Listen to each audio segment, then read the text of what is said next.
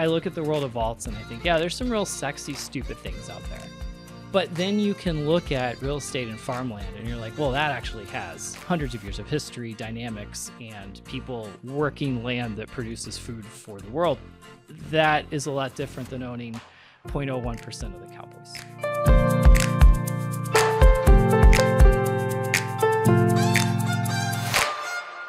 Welcome everybody to today's episode of Land and Everything Else. I'm really excited to have this episode today. It's going to air probably August, September, so I'll give you all a time frame.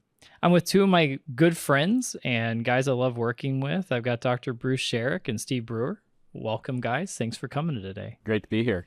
Steve flew all the way out this morning for this episode, so I got to say, we'll take care of you and take you out to lunch when we're done. So thank you for coming. Yeah, it's a lot of fun. I got to go to the library for the first time, which is pretty cool for a guy that's been here for 8 years.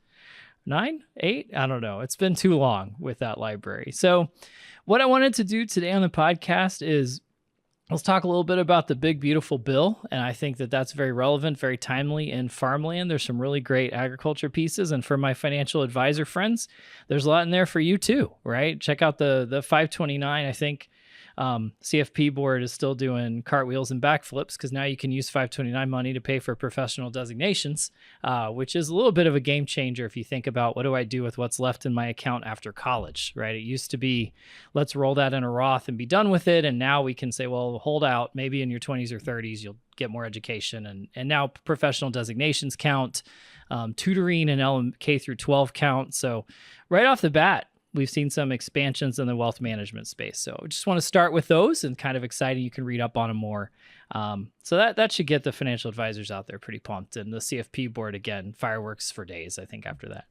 But I wanted to kick it to you guys. And if you want to kind of introduce yourselves a little bit, and let's talk a little bit about some of the agriculture provisions, opportunity zone provisions. We were talking about some soil and carbon catch provisions and the big, beautiful bill. So we'll start with my buddy, Bruce. Oh, great to chat with you. Always a lot of fun. And Steve and I have spent a lot of time together. We have some of our best and probably some of our worst ideas together, honestly, but share a common interest in anything that affects the value of farmland. And so I would say that one of the things I'll start off with is just not exactly Big Beautiful Bill only, but the provisions around the Farm Bill as well. And there's a lot of overlap, and what happens in one place tends to have an equal and opposite reaction somewhere else. So there's a lot of offsets other places. But one of the things you asked about was the opportunity zone. And at a high level, let's just start with kind of a big overview of that. Sure. And then we can talk about where farmland fits in and some of the things you've done to help fill up a farmland opportunity zone. So opportunity zones were hatched back in 2017 or 18 as an idea to encourage investment in some place that was otherwise underinvested. So brownfield or revitalized factories or something like that.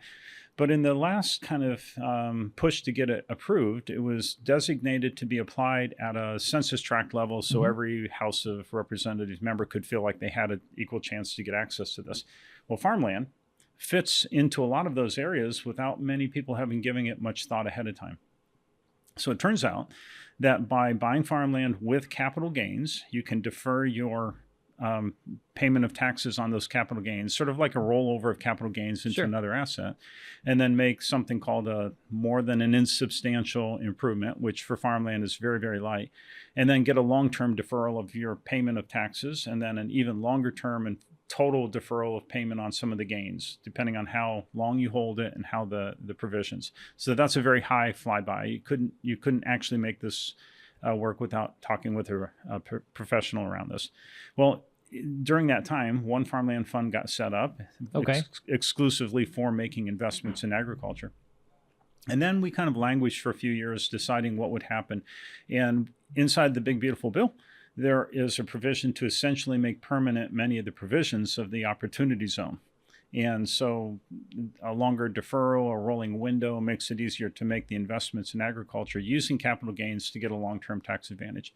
But I use that as just a starting marker to talk about there are a lot of tax advantages to owning farmland or to being exposed to the production from farmland, both as an individual and in funded situations. And maybe I'll take a pause there, but just to say kind of like you said, the wealth management industry was excited about this. The few folks who are involved in opportunity zones were also quite excited about getting this made much more permanent and much longer. Well, and I think just from the standpoint of, where your 1031, right, lets you just kick the gains down the road. Now here's a chance where the gains sort of, if you hold it long enough, evaporate over time. And it gives you some optionality as far as what type of real estate and or farmland you want to invest in. So pretty broad strokes there. So it was pretty neat to see that revitalized in the Big Beautiful Bill. I actually thought that was pretty cool when I was reading about that. Well, and agriculture in general has been an asset that we've promoted and others have promoted for reasons its long-term performance has been better than equities in most cases, actually, anyhow. And most of the return comes in the form of appreciation, which is already tax advantaged. Yeah. And if you don't need the income, it's a great asset to begin with. And this just makes it even more attractive. So, Steve, we haven't heard from you yet. Sorry, we've been bulldozing. Well, yeah, this is exhilarating conversation. But, just like probably a lot of the politicians, I want to qualify it, but I haven't read the Big Beautiful Bill. So I've only read, what a lot of your viewers are probably reading online as well. But I think the big thing in our world for agricultural producers and landowners is just certainty. Like the fact that we actually have a bill, whether you like provisions or some of your provisions weren't in there, we now know the rules of the game, and so people can now move forward with investments. And so I think that in and of itself is the piece that I'm probably the most excited about. But when you look at the bill, I think it's an economic development bill as much as anything, and it encourages investment and with the depreciation provisions and a lot of the things that will encourage investment and bringing manufacturing back to the United States. And I think that'll be great for rural communities. And so I think it's overall a positive for farmland in many ways. And a lot of the things like crop insurance that are sacred cows for agriculture and farmland were protected or enhanced in many cases. And so I'm pretty bullish on what it means for agriculture. So in the world of agriculture, we were talking in Bruce's office before our conversation today, and I may get the section wrong, but you're talking about 45Z or something like that. And I'd love, our wealth manager folks out there, if you could give them a big overview and then share a little bit about what that means. Yeah, and I know enough to be dangerous on 45Z, but 45Z was originally part of Biden's Inflation Reduction Act and never really got fully implemented. And 45Z was extended under the Big Beautiful Bill to 2029 now. And again, that certainty that we talked about, the 45Z program is really about liquid fuels and decarbonizing liquid fuels. And so there's credits built in there for your blenders on renewable fuels that what I'm most excited about is it establishes a framework for a lot of the things around sustainability and conservation and a lot of the practices around carbon that have been talked about for a long time. It finally puts a framework in place to monetize that for farmers and landowners and the folks in the renewable industry. So, when you look at that, if you can reduce the carbon intensity of liquid fuels, corn and soybeans, biodiesel, ethanol, down, then that can result in upwards of $1 a bushel on corn, right? And so if you're growing 200 bushel corn, all of a sudden that's real revenue that people can start to invest in some of these sustainability practices around carbon. So it's pretty exciting. So we've got opportunity zones. We've got 45Z. You spoke a little bit, Bruce, about, Farm Bill play in there. And I want to share what else is kind of in this Big Beautiful Bill that excites you? Again, kind of like Steve, it's hard to say what's in and what's not because there's such a tsunami of events that the things get pulled along with it. But I would say that the Farm Bill, the negotiations around the Farm Bill have been very anticipatorily positive. If things happen, promise to pay money and so on. But the crop insurance provisions have been made even more lucrative to some degree, or more positive in some sense. And the subsidy rates on certain coverage products and especially group products have been increased still further, and kind of putting the safety net at a higher and higher level, ratcheting up reference prices, ratcheting up other things that provide a minimum support for agricultural producers. I think there's a very strong appetite to continue to support agriculture. And again, the certainty, as you pointed out, is a really critical thing. Not knowing what your prices are is one thing. Not knowing if you're going to have insurance is a completely different thing. That is true. And so I think it creates The administration's posture is that if there's any damage done from things like tariffs, then there would be something like was done in the first round with MFP payments or other versions of offset to try to make the farmer whole. So when we talk about that from a wealth management investment standpoint, does that make, and this may sound like a dummy question, but does that raise prices of farmland investments by having that security element there? Does it just kind of make does it make a less risky investment, right? And so do you see like a risk-free return trade-off with that? I mean, how does having more robust crop insurance impact it from the standpoint of, I've got $4 million of capital to deploy. I think this would be an investment now that we have more secure crop insurance. It's a better investment, or does that maybe ratchet down the returns a little bit? There are, 10 other features that impact the rate of return to farmland, but this is definitely one of the big ones, and it creates safety in the amount that a tenant can pay in crop insurance or in cash rent, and so that is a positive, right? But as you said, it also reduces risks, so the risk premium tends to go away. And if you said I can buy a treasury bill or a farmland investment, they're both going to yield the same, you would make a different choice. So I think it's not quite 100% clear cut exactly what the total effect is. There's a lot of other interrelated parts, but I think crop insurance is absolutely underpinning the value of farmland and creates a safety net that's hard to overstate the importance of, and that is very positive for the support system for agriculture. There's a lot of other practicalities though, and so interest rates are also really critical to get right. The long-term inflationary effect, that's really important to get right. The long-term income effects, those are really hard to get an accurate understanding of at a moment in time, and they're all very interrelated. Well, and this brings up a conversation that you had at the Land Expo. And for those listening in, I know our listeners have grown a lot in the last 2 years. The Land Expo is by and large the conference in the wealth management space you should go to if you're investing in farmland opportunity zones, DSTs, right? If those are things you're putting your clients in, and I know a lot of y'all do, I would highly encourage you to check out the Land Expo, because it is the spot where all these experts that run and manage these products connect with people deploying capital in the products and also connect with farmers, right? It's like one awesome Venn diagram of everybody who's there. So I do want to share about that. But at the last year's Land Expo, I think, Bruce, you got up and you made a comment about, who thinks farmland is too expensive, right? And this big show of hands from the crowd, right? Everyone thinks it's expensive. And then you were like, who wants to sell their farmland? And like every hand drops, right?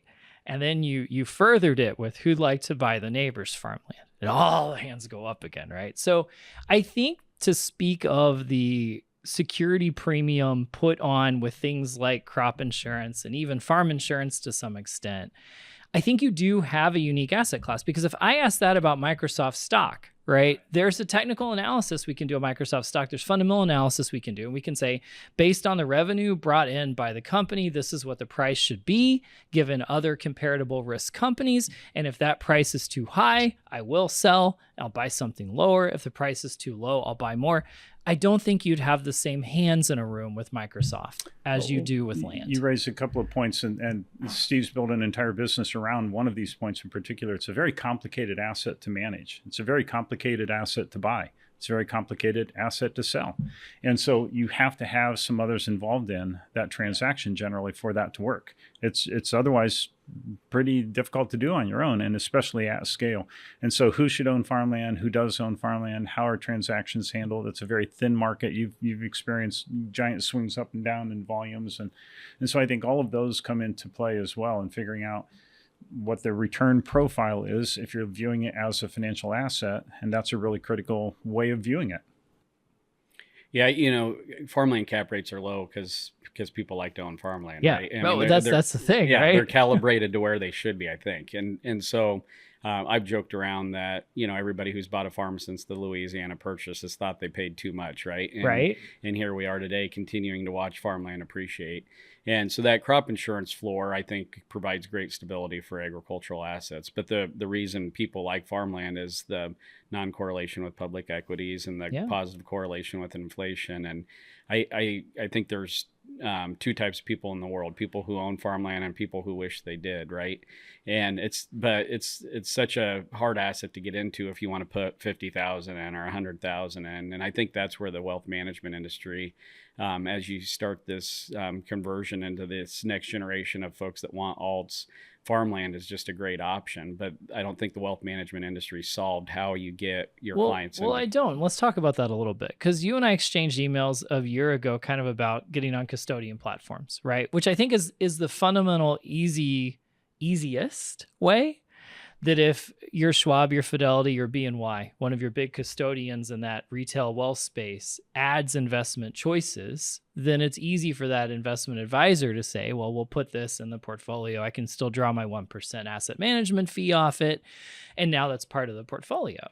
But getting on those platforms can be really tricky unless you're something like a REIT where you've got a lot of middle players in that game. So I don't know if you want to share a little bit about kind of that experience or conversations or... Yeah, I mean, we get people reaching out all the time, wealth managers that say, hey, I have a client that wants to make a farmland investment. And if you can't get on the statement, then the wealth manager doesn't have an opportunity to charge fees, right? It's true. And so I think that's the opportunity for the wealth management industry, is to solve that. But right now you've got two publicly traded REITs, and they've taken a non-correlated asset and put it on the stock exchange, and Well, there's a lot of hands, right? And one of the classes we built, and Bruce has built some, and I built some public facing classes. One of the things that we talk about is like, all right, we start with like just 5 acres and I sell them to you. Right. And so what regulatory and structure and legal elements are there? Well, I got to look at a title office and I got to transfer the title to you, but that could be done on a county level, and then we're done, and you own it and I don't anymore. And then all of a sudden you put it in a limited partnership, and then that some way becomes a REIT. And all of a sudden you've got just layers and layers and layers of cost controls and outcomes on that piece of land, which, as Bruce said a minute ago, you're not looking at like an 18% yield most of the time, right? But you've got a lot of hands in that. So I like REITs from the standpoint of, I want 4 real estate asset classes and I've got $1 million. Well, maybe that is how you do it. But when you start looking at more affluent clients, I think they start missing the mark. But if that's the only thing wealth management has, we need more options. Yeah, and I think people get focused on the cash yield of farmland, and it's a capital gains asset. It is a capital gains asset. Look at the last 30 years. Absolutely, and it's a diversification play. And so a lot of and you can speak to this more than I can, but what do you think? Should everybody have 5-10% of their portfolio in farmland, or what's I've gotten to the point where, and understand that like running this podcast has been an absolute masterclass in talking to people and alternatives. So from that perspective, right, I've talked to about 36, 45 people at this point that are all better at this than I am. We've built classes around it. We've done all the analysis. We've got some crazy correlation matrices, and I get so excited talking about it. I keep my hands on the table because I keep banging the table. I get so excited about it. But to answer your question, in my personal portfolio, I've got about 20% alts and the rest equities, because I'm still young at heart. Right? I don't plan on needing my money anytime soon. I think alternatives give you that pairwise correlation that is very valuable. I mean, you can only get so diversified with corporate bonds and corporate stocks. And that's what most people own. And you get more diversified with treasuries and equities. But who in their 30s, 40s, or 20s is buying treasuries? Right? You're not going to go to 25-year-old and be like, get those treasuries in there. You've got 50 years left in your money, So I think alts have a big role to play. I think that there's an inherent beauty to farmland as an alt, because some alts are a little scary, right? I'm going to do $100,000 and I'm going to buy a piece of a storage unit, and I will probably never get a statement. And maybe in a few years I get a check back. Maybe I don't, right? Or something like a restaurant where you might as well just flush the money away most of the time. But these are alts that people engage in because their buddies are in them, or because like there's someone in the community in them. And so I've kind of taken this approach to alts that, they're safe, reliable asset classes like farmland, or to some extent commercial real estate if you're in the right markets. But then there's also some real dangerous small ones. Like we had a guest on the podcast, and they were talking about like, oh my gosh, private equity and hedge funds can buy up to 10% of an NFL team. And I'm like, and what? You're only going to get a distribution if the team sells, and that happens maybe once every other generation.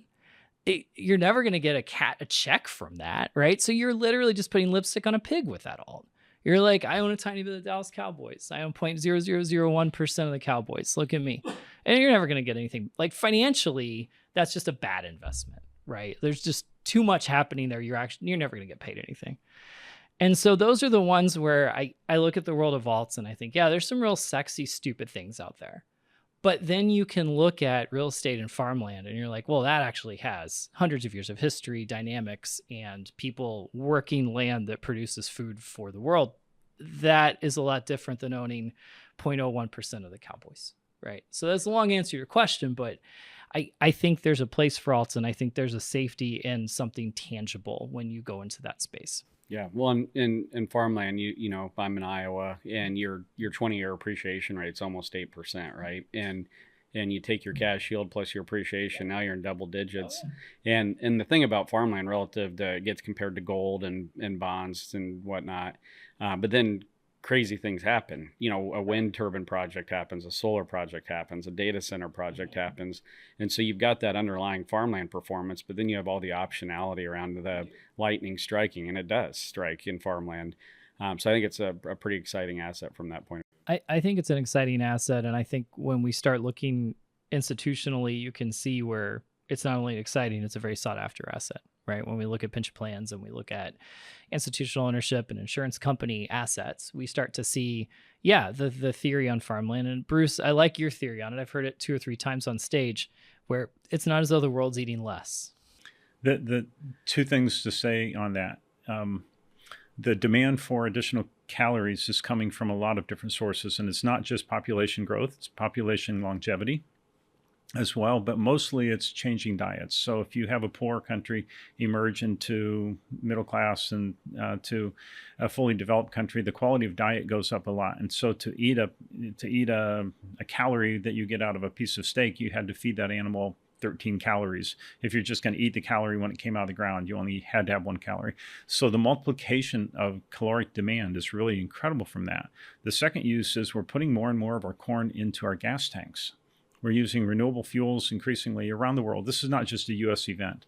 And so that fraction of the sunlight capture that goes into something green gets converted to something that's still a calorie, whether it's a calorie that you burn as an additive to gasoline or that you consume or that you give to an animal.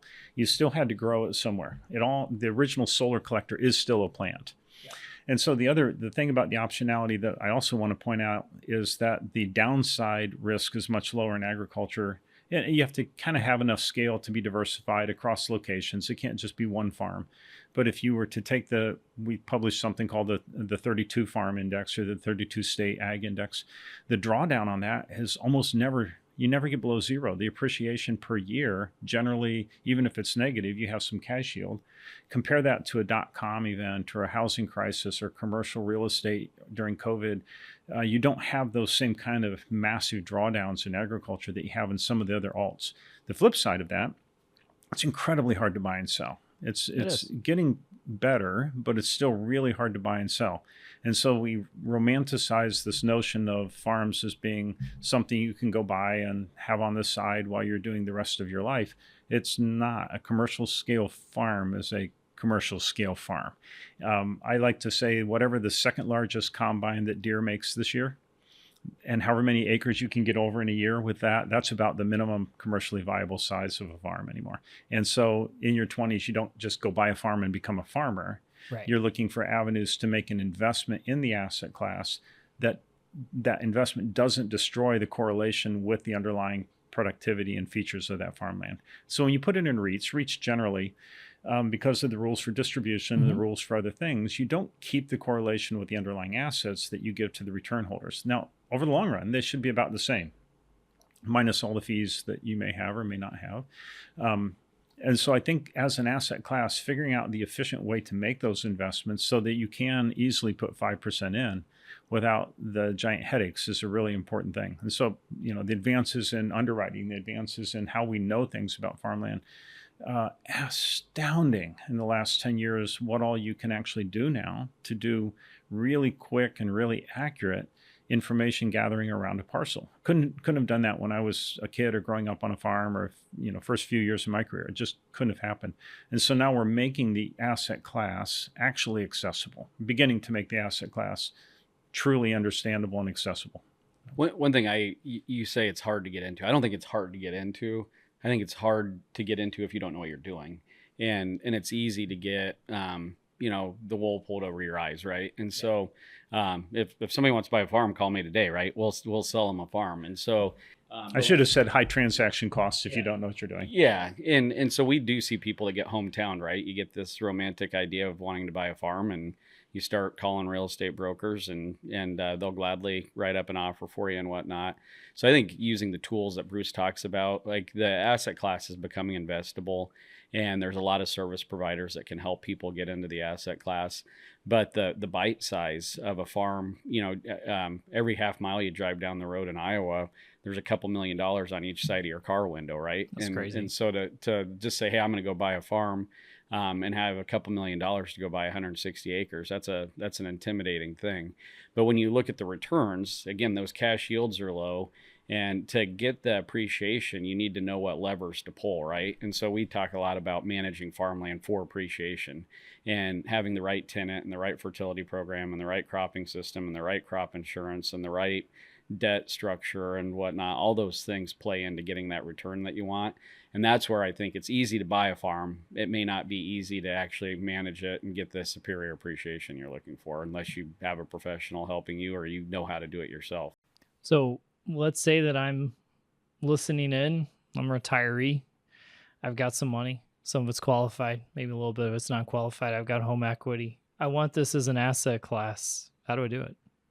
Yeah, I mean, I think you've got the publicly traded REIT option we talked about. And then I think there's the platforms like Acre Trader out there and Farm Together, where you can go invest in a LLP or an LLC and own a piece of a farm individually. You can go buy your own farm and figure it out, right? And that's the intimidating piece. That is intimidating. Or you can call somebody like ourselves that provides that service, and so we've got a capital markets group where we help people that want to have farmland in their portfolio. We'll help them acquire and diligence and manage those assets on a go-forward basis. Well, Steve has been a gentleman. He is with People's Company, so we haven't said that yet. So it'll look People's Company up to that end. Yeah, no, I appreciate that, and so but I do think for your listeners, especially the folks that are in this wealth management industry, it's an enormous opportunity. And when you look at the asset class, it's a $4.3 trillion asset class, and when you look at the demographics of who owns it. It's something like, Bruce, you probably have the Illinois numbers, but something like 65% of the land in Iowa is owned by somebody 65 or older. And so if I'm in the wealth management space, one, I'm excited about all those people that are going to be exiting farmland, sure, and being able to talk fluently about farmland to help those people that are exiting reinvest that capital somewhere else. But then it's ironic. We have a family, I was telling Bruce this morning, a family office that has made a lot of money in Bitcoin, and they're actually going to diversify into farmland. And it's ironic that that this alts Bitcoin movement is actually opening people's eyes to farmland. And well, I don't think it's ironic. I mean, I can definitely see where the idea of non-public equity investing, right? When most Americans build wealth in two ways.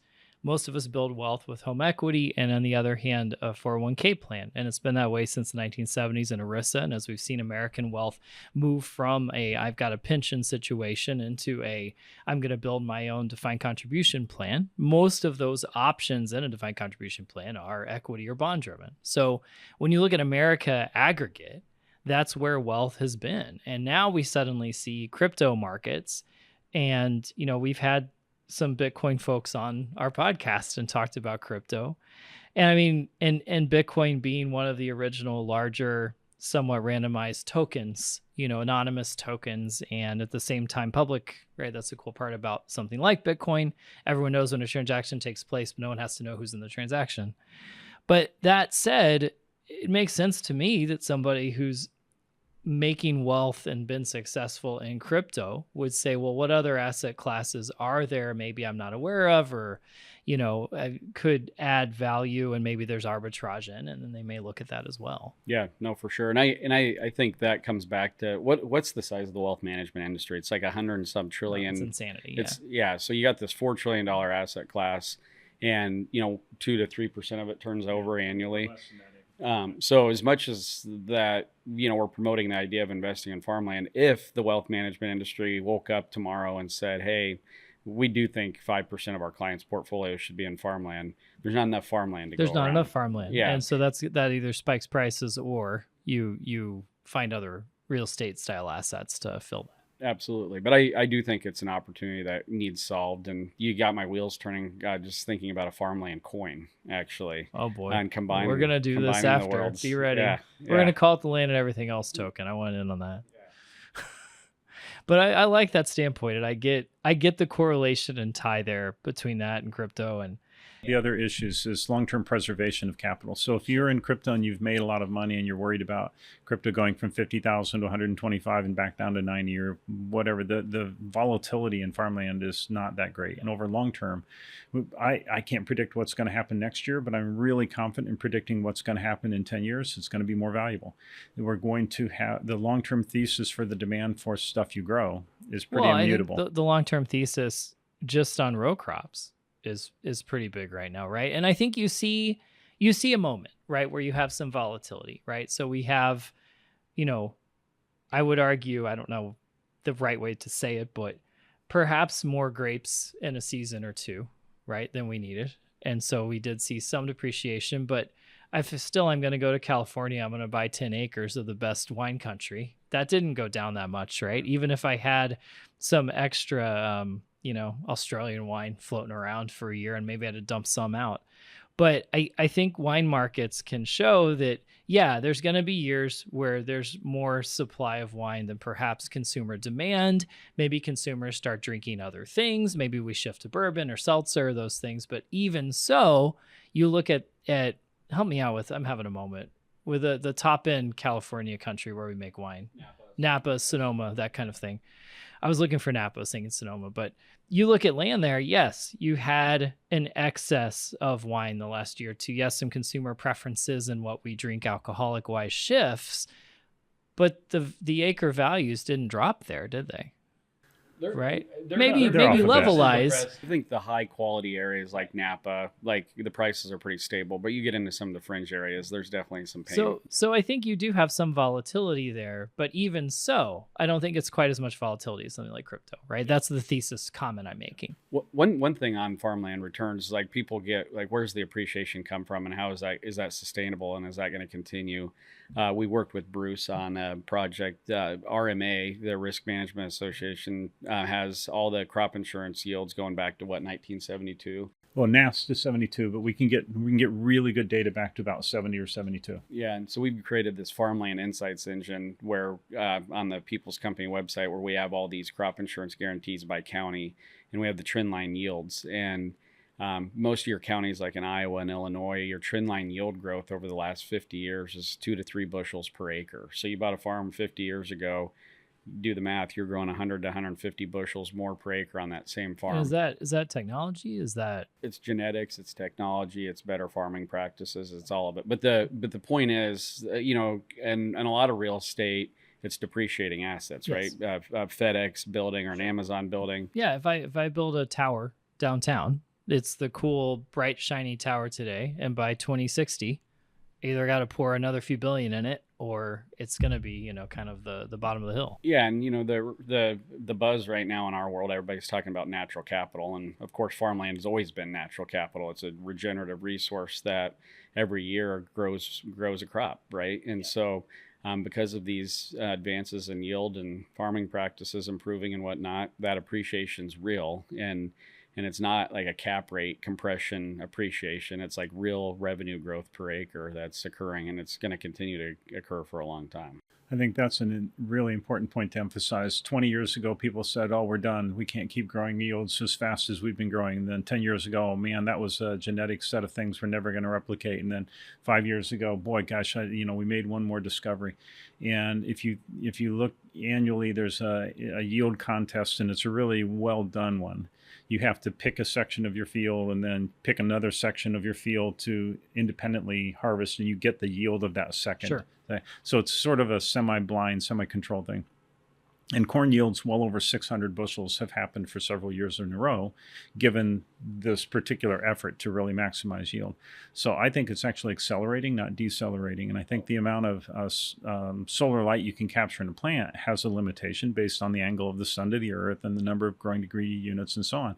But the total way of capturing sunlight, whether it's solar or through plants or through other things that use some offsetting element of that natural capital, to use that phrase again, I think it's accelerating, not decreasing. So these yields, I don't see any end in sight, mostly genetics and I would argue, systems. I mean, it strikes me to think it would be a little naive to think like, well, we're at the apex today, right? I mean, we always have thought we're at the apex, though. We don't do that with computer processing speed, right? We don't think, well, that's it. This is the best video games we're going to have right now. This is it. Doesn't get better than that. I mean, the whole idea is that we evolve, technology evolves, practices evolve, machinery evolves, relying on more stable systems as opposed to more inadequate or random systems is always going to be useful. So I think as we evolve the world around us, why wouldn't we think farmland and yield would pick up with that? It's funny. I might have to take this off the table at some point, but I've offered as a joke money back guarantee on every farm we've ever sold, because of course nobody ever wants their money back. Right. But this ties back to those cap rates and the low return threshold. The day you buy it, you always feel like I paid too much and I don't know how I'm gonna ever make this work, and the cap rates are too low, and then inevitably 5-10 years down the road, you're really glad that you bought that farm, right? And it's because that revenue growth is there, and it's been there since the beginning. Well, we have hit our 30-minute mark, so we're going to wrap up a little bit. It seems it's just flown by, though. This has been an awful lot of fun. I hope our listeners enjoyed it too. So I guess we'll end today with a bit of a thought. We've got this big, beautiful bill, and politically some people may hate it, and politically some people may love it. But I think, Steve, your point on structure goes a long way, right? I think markets tend to be most volatile when we're not sure if a budget will pass. We're not sure if we'll be able to pay our debts. We're not sure, will the T-bill, continue to be the world's safest bond. So I think having structure in place and passing that, regardless of your spectrum, is really a good economic solid to that end. And I think it's good to understand the workings of it. Again, the opportunity zone extended. We want to look into that. If you're working with small business owners and it is time for them to retire and liquidate, absolutely look at your options in that space, because some of their capital they're not going to need if they're in the affluent markets. And why not do something where we can capture gains down the road, or at least pair them with charitable strategies and do something clever, right? So I think that's really great. And Bruce, thank you for sharing your thesis on farmland and, calories and all that. That's been really fun. You raise another point that, again, not to extend it, but people talk about buy and die strategies, and farmland does, given that it's an appreciating asset, tend to be very tax efficient if you're going to buy it and then hold it through the estate process, because you get the step up in basis. And now we got 15 million. Right? Well, that was the other point. That's in addition, the other thing. We're creeping that up. I'm going to argue, and I know this is pushing it past our time, but it's fine. It's good conversation. This does widen the gap in some blue states between state caps and federal caps, and planning in that gap can be tricky, right? Especially in Illinois. I've got the farm, I hold it as a sole prop, and it's worth 15 million. Whoo, no estate tax. And then you're like, oh, but wait, you actually do have one, right? So hopefully we can do a little better matching state and federal levels, finding some parity there. But I think it is worth noting that, federal exemption is in favor of farmers in that end. So, Steve, anything else you got for us today? I'm just excited you're raising awareness for the wealth management industry. I think it's a big opportunity, both on, like I said, redeploying capital that's in farmland, and then getting capital into farmland. And I think it's awesome what you're doing with this show. Well, thank you. And I'll end with Craig's thesis. Some alts are lipstick on a pig. I believe that wholeheartedly, right? You own a tiny bit of the Cowboys in your portfolio. That's fantastic. A lot of people got a commission on that. Good for you. On the other hand, you own farmland that in the next 10, 30, 40 years, yields go up, worldwide demand for calories goes up, right? To me, one of these makes a lot of sense generationally, and one of them is kind of fun to talk about at a party. So let's think all that out as we go forward. But with that, guys, thank you so much for coming out and being here today. What a fun episode, and I think this will be a good one. That's great. Thank you.